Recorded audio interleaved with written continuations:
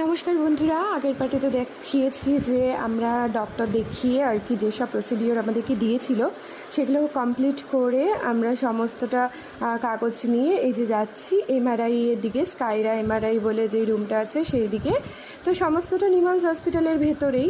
আর আমাদের serial number এসেছে 45, আর ওখানে গিয়ে জানতে পারলাম যে সবে 23 হয়েছে। তো এখনও অনেকটা সময় আমাদেরকে বসে থাকতে হবে, জানি না কতটা সময়। আর এদিকে কর্তামশাইয়েরও কিন্তু একটু ঘুম ঘুম পেয়ে গেছে, কারণ ভোর ওই সকালবেলায় ওঠা আর কি 6টা সাড়ে 6টার মধ্যে উঠে গেছে, রেডি হয়ে আবার ডক্টর দেখাতে আসতে হয়েছে।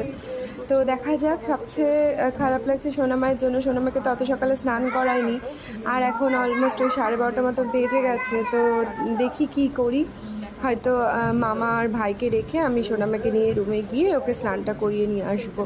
বুঝতে পারছি না কতটা লেট হবে, তো সেই জন্যই আর কি অপেক্ষা করা। অলরেডি আমরা 1 থেকে 10 ঘন্টা বসে থাকার পর কিন্তু এই ভিডিওটা করছি।